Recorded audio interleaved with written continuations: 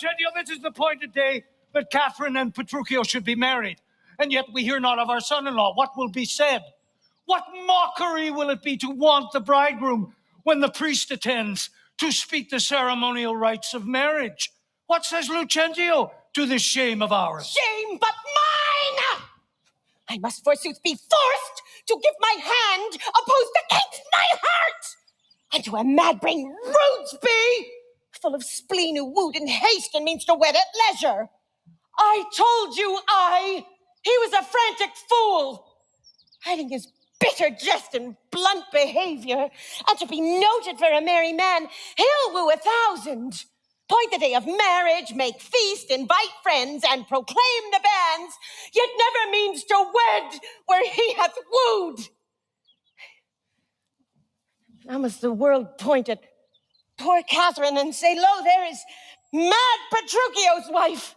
If it would please him, come and marry her! Patience, good Catherine, and Baptista too. Upon my life, Petruchio means but well. Whatever fortune stays him from his word, though he be blunt, yet I know him passing wise. Though he be merry, yet withal he's honest. Would Catherine had never seen him, no? Go, girl, I cannot blame thee now to weep, for such an injury would vex a very saint, much more a shrew of impatient humor. Master, news, old news, and such news as you never heard of. Is it new and old too? How may that be? Why, is it not news to hear of Petruchio's coming? Oh! Is he come? Why, no, sir. Well, what then? He's coming.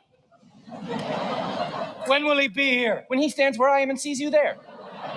But say, what to your old news? Petruchio's coming in a new hat and an old jerkin, an old pair of breeches thrice turned, a pair of boots that have been candle cases, one buckled, another laced with 2 broken points, an old rusty sword ta'en out of the town armory with a broken hilt, and shapeless. Oh, his horse, hipped with an old mothy saddle and stirrups of no kindred, besides possessed with the glanders and like to mose in the chain, troubled with the lamp-ass, infected with the fashions, full of wind-galls, sped with spavins, rayed with the yellows, past cure of the fives, stark spoiled with the staggers, but on with the bots, weighed in the back, shoulder-shotten, near leg before him with a half-cheeked bit and a headstall of sheep's leather, which being restrained to keep him from stumbling, had been often burst, and now repaired with knots, one girth 6 times pieced, and a woman's crupper of velour, which hath 2 letters for her name, fairly set down in studs, and here and there pieced with pack thread. Who comes with him? Oh, sir, his lackey, for all the world comparisons like the horse, with a linen stock on one leg and a kersey boot hose on the other, gartered with a red and blue list, an old hat, and the humor of 40 fancies pricked in for a feather, a monster, a very monster in apparel, and not like a Christian footboy or a gentleman's lackey. 'Tis some odd humor pricks him to this fashion, yet oftentimes he goes but mean apparel. I'm glad he's come, howsoever he comes. Why, sir, he comes not. Didst thou not say he comes? Who, the Petruchio came? Aye, that Petruchio came. No, sir, I say his horse comes with him on his back. Why, that's all one. By St. Jamie, I hold you a penny. A horse and a man is more than one, and yet it's not many.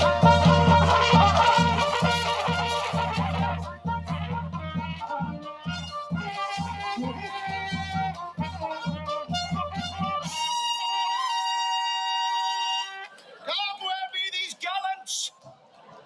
Who's at home? You're welcome, sir. Oh, and yet I come not well? Not so well apparelled as I wish you were. Oh, were it better I should rush in thus? But where is Kate? Where is my lovely bride? How does my father? Mwah! Mwah! Mwah! Mwah!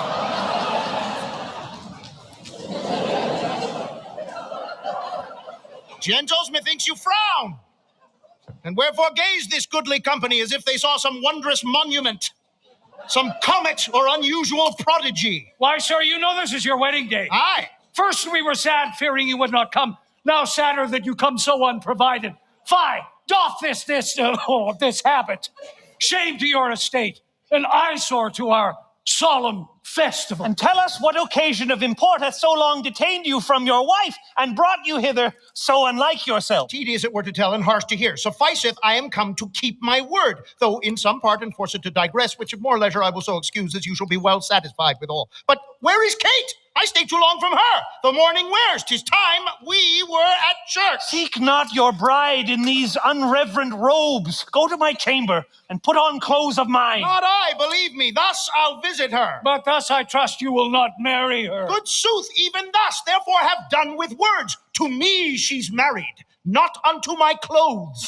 Could I repair what she will wear in me, as I can change these poor accoutrements? 'Twere well for Kate, and better for myself. But what a fool am I to chat with you, when I should bid good morrow to my bride, and seal the title with a lovely kiss. He has some meaning in this mad attire. We will persuade him, be it possible, to put on better ere he go to church. I'll after him and see the event of this.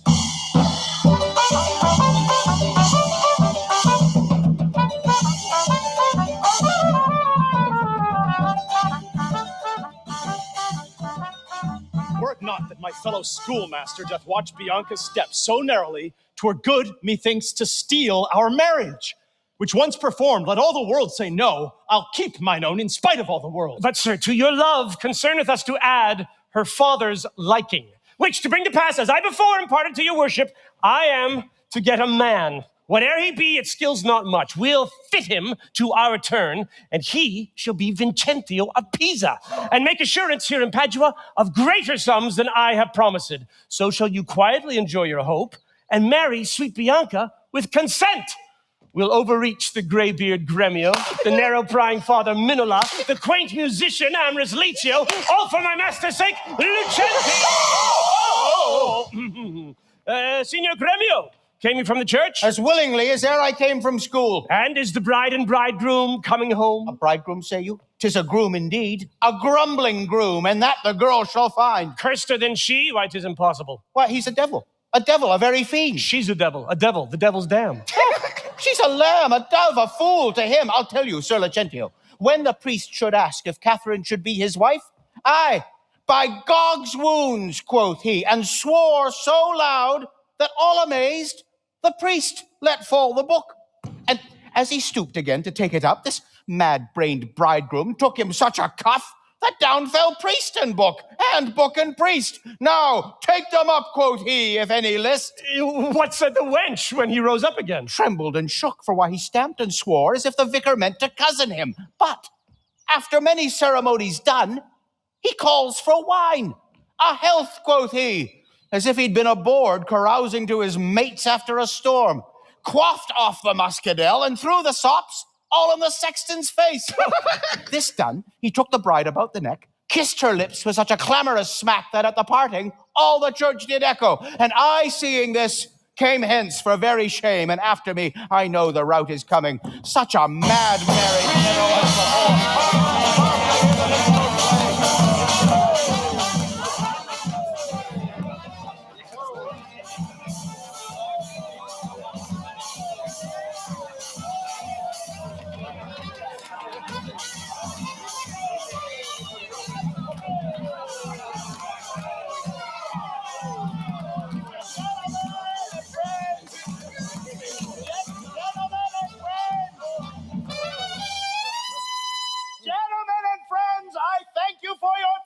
Now, I know you think to dine with me today, and have prepared great store of wedding cheer. But so it is my haste doth call me hence, and therefore here I mean to take my leave.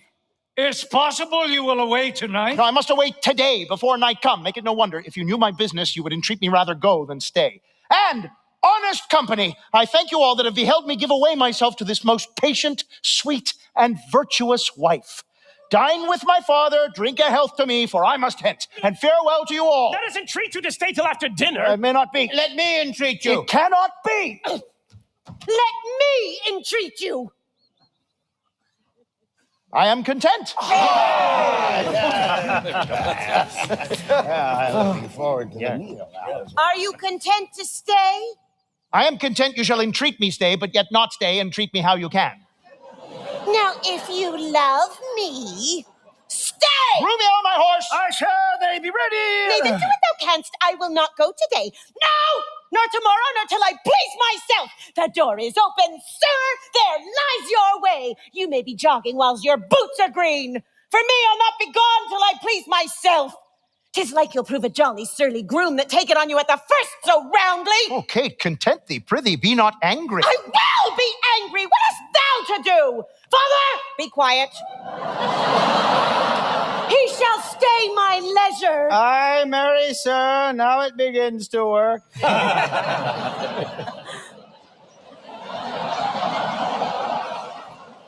Gentlemen, forward to the bridal dinner.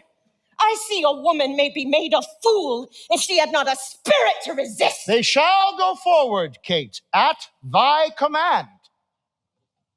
Obey the bride, you that attend on her. Go to the feast, revel and domineer, carouse full measure to her maidenhead. Be mad and merry, or go hang yourselves. But for my bonny Kate, she must with me. Nay, look not big, nor stamp, nor stare, nor fret. I will be master of what is mine own. She is my goods, my chattels. She is my house, my household stuff, my field, my barn, my horse, my ox, my ass, my anything. And here she stands. Oh, to a chair. I'll bring mine action on the proudest he that stops my way in Padua. Grumio, draw forth thy weapon. We are beset with thieves. Rescue thy mistress if thou be a man. Fear not, sweet wench. They shall not touch you, Kate. I'll buckler thee against a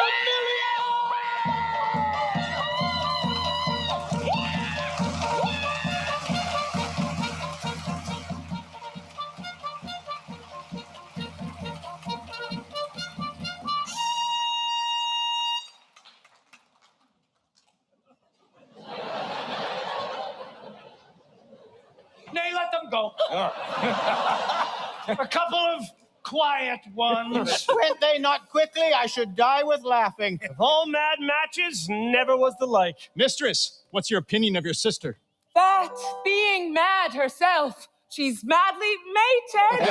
I'll warrant him, Petruchio is cated. Neighbors and friends, though bride and bridegroom wants for to supply the places at the table. You know there wants no junkets at the feast. Lucentio, you shall supply the bridegroom's place, and let Bianca take her sister's room. Shall sweet Bianca practice how to bride it? She shall, Lucentio. Come, gentlemen, let's go!